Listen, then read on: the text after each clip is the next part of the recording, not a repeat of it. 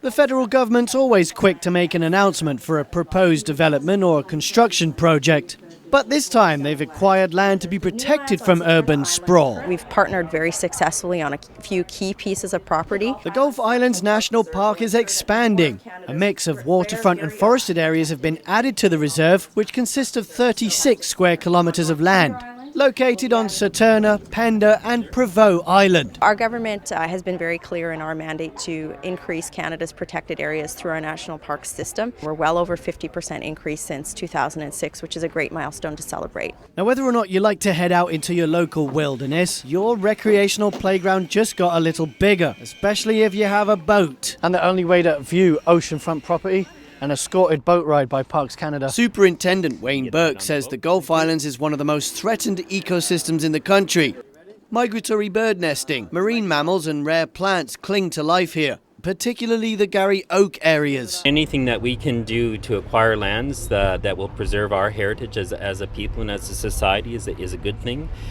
In the Gulf Islands, as you can see, we're fairly highly fragmented national parks. Most people are used to the larger national parks. They're usually one large tract of land.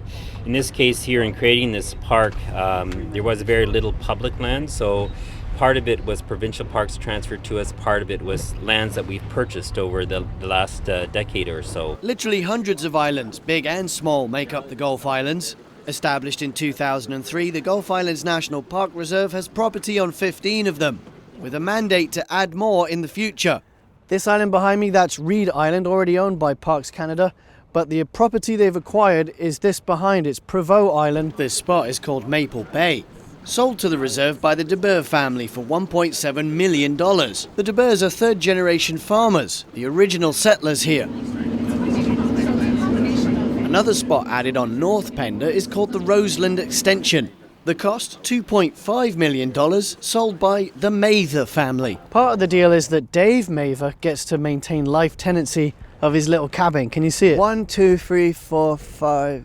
I lost count. I'm trying to see how many trees they get with that acquisition. The funds for this lands were set aside earlier in previous budgets, so it's just making sure that we're identifying key areas and then working with the landowners to bring them into the park system. As well as protecting habitat, there's potential in this growing park when it comes to ecotourism. Kayak camping, hiking trails, a variety of beach activities, bird watching, marine mammal watching. So they do offer a variety of opportunities, but we're just entering into this process now where we're doing the first management plan for the park, so we are consulting with the communities and people who have an interest in the park and First Nations in terms of what should we do in this park in the future. Reporting from Sydney and the Gulf Islands National Park Reserve, I'm James Green.